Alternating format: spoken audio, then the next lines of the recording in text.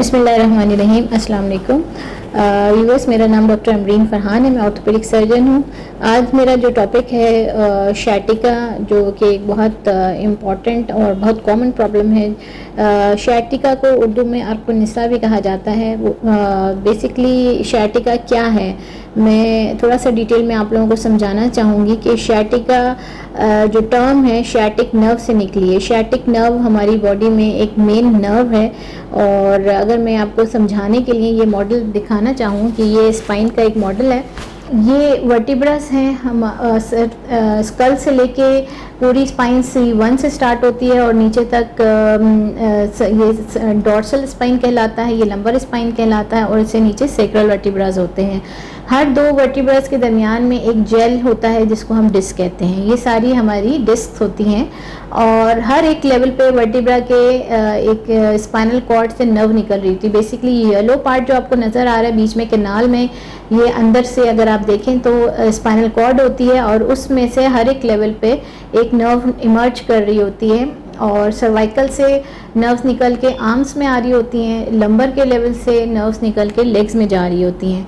तो शैटिका आपको सर्वाइकल पे भी हो सकता है, आपको लंबर पे भी हो सकता है। अगर किसी वजह से ये डिस्क डैमेज हो जाए, मोस्टली अगर किसी का कोई एक्सीडेंट हुआ हो, किसी ने वेट लिफ्ट किया हो, या फिर ओल्ड एज में डीजेनरेटिव चेंजेस जो स्पाइन की होती हैं उसकी वजह से भी ये डिस्क डैमेज होना शुरू हो जाती है। जब डिस्क डैमेज होती है तो ये डिस्क पीछे प्रोट्रूड करना शुरू कर देती है स्पाइन के साइड से, और ये बहुत स्मॉल स्पेस होती है जिसमें से नर्व्स पास आउट हो रही होती हैं। अगर इन पे प्रेशर आ जाए, जैसे कि इसमें आपको रेड रेड नज़र आ रहा है कि जो डिस्क है वो पीछे बल्ज कर गई है और इसकी वजह से नर्व पे प्रेशर आ रहा है, तो ये इस प्रेशर की वजह से शैटिका डेवलप होता है। अगर आपकी नर्व इम्पिंच हो रही है डिस्क की वजह से, तो उसकी वजह से आपको जो पेन आता है वो पूरा लेग में रेडिएट करता है। एक शार्प शूटिंग पेन होता है जो करंट लाइक फील होता है, और आपको बटक के एरिया कह लें या आप हिप जॉइंट का एरिया कह लें, वहाँ से पेन स्टार्ट होता है, पूरा लेग में फुट तक जाता है। तो इस चीज़ को हम शैटिका कहते हैं। जो शैटिका की प्रॉब्लम्स हैं उसमें मैं ये कहूँगी कि 95% पेशेंट्स में सर्जरी की ज़रूरत नहीं पड़ती, लेकिन शैटिका अगर किसी को पेन होता है तो सबके माइंड में यही आता है कि बस इसका इलाज सर्जरी ही है, लेकिन ऐसा नहीं है।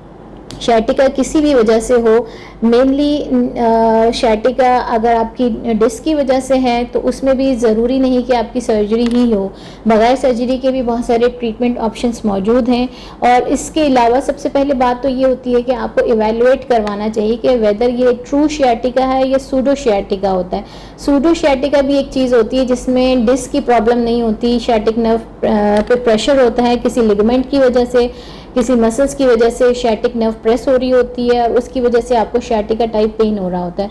तो सूडो शैटिका ट्रू शैटिका में डिफरेंशिएट होना चाहिए, प्लस ये कि आपकी क्लिनिकल चेकअप होना चाहिए ताकि हम आपको आप इवैल्यूएट कर सकें कि आपकी प्रॉब्लम कितनी है, और उसके लिए क्या सर्जरी ऑप्शन है या बगैर सर्जरी के आप कोई और ट्रीटमेंट के ज़रिए भी अपनी प्रॉब्लम को रिजॉल्व कर सकते हैं। तो बेसिकली आपको समझाने का मकसद यही है कि अगर आपको शैटिका है, किसी भी वजह से आपको इंजरी हुई है या क्रॉनिकली आपको प्रॉब्लम है शैटिका की, तो आप बिल्कुल मेरे साथ डिस्कस कर सकते हैं, मेरी ओपीडी में विज़िट कर सकते हैं, आपको इवैल्यूएट किया जाएगा प्रॉपर्ली।